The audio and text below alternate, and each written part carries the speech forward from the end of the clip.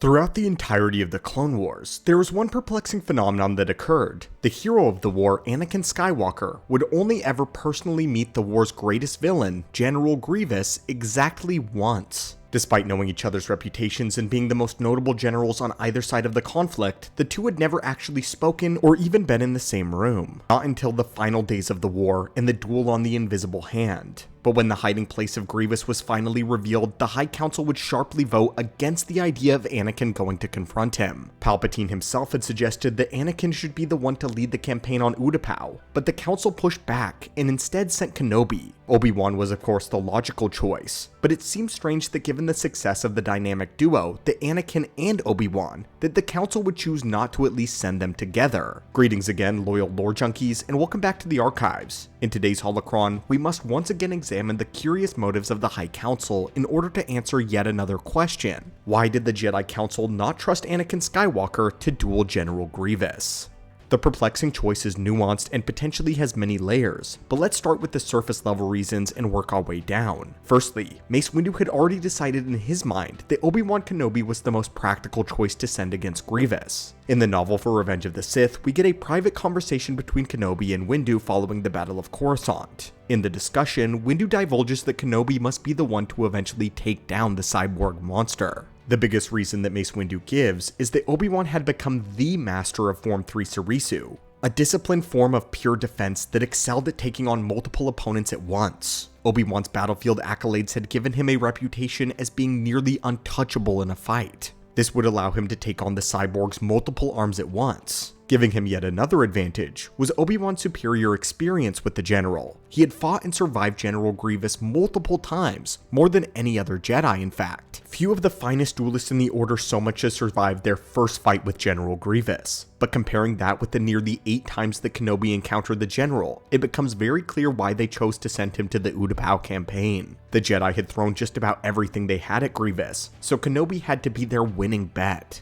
All of this is well and good. Obi-Wan was clearly the right decision, but what made us question the Council's decision overall was their choice not to include Anakin in this mission. Kenobi and Skywalker had become the unstoppable team that could pretty much accomplish anything. Their reputation was known well to Jedi, clones, and the Republic citizenry alike. In fact, the two had even come extremely close to taking down Grievous on the Invisible Hand, planning to do so after rescuing the Chancellor. Not to mention, as good as Obi-Wan was, I don't think there is any debate as to whether or not Anakin could defeat Grievous. His skill with the lightsaber had at this point exceeded what most saber wielders could only ever hope to achieve in their wildest dreams. The only duelist who could rival him in the Order was Obi-Wan, Windu, and Yoda. And while a fight between Anakin and Grievous would be a difficult one, Skywalker would undoubtedly emerge victorious, and if Obi-Wan and Anakin worked together, Grievous would be helpless against their teamwork.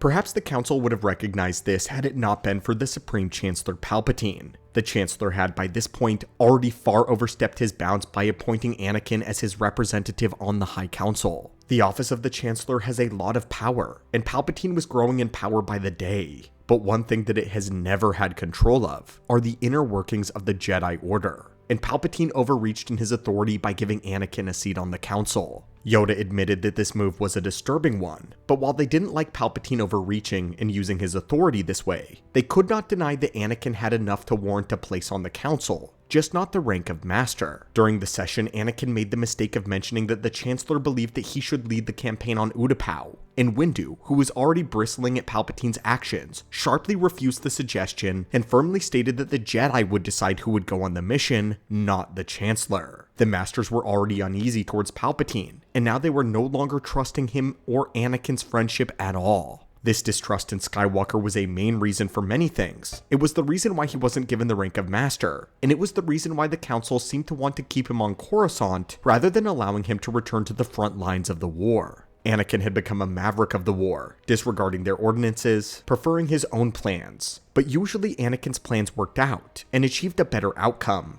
However, this time their distrust in him had little to do with his disobedience than it did with his closeness to the Chancellor. All the war long, Palpatine had been manipulating the HoloNet and propaganda to push Anakin as the hero of the war in the public eye. Now it appeared as if Palpatine was cashing in on their goodwill, using his connection with Anakin to meddle in Jedi affairs. That was the reason for their distrust, but I believe that Windu actually had a deeper reason as well. Let's again look in the novel for Revenge of the Sith. Windu is excited when he hears that Anakin has defeated Dooku. After the battle, he even asks Anakin how he accomplished such a tremendous feat. The Chosen One was avoidant in his answer, and Palpatine stepped in to give a doctored account of Anakin's heroics. No longer excited and now completely suspicious, Windu would tell Skywalker that he looked forward to hearing the full report. We never do learn when or what happened when Anakin gave the report on the execution of Dooku. However, it is our belief that this is the reason why Anakin loses all of the trust he had with Windu.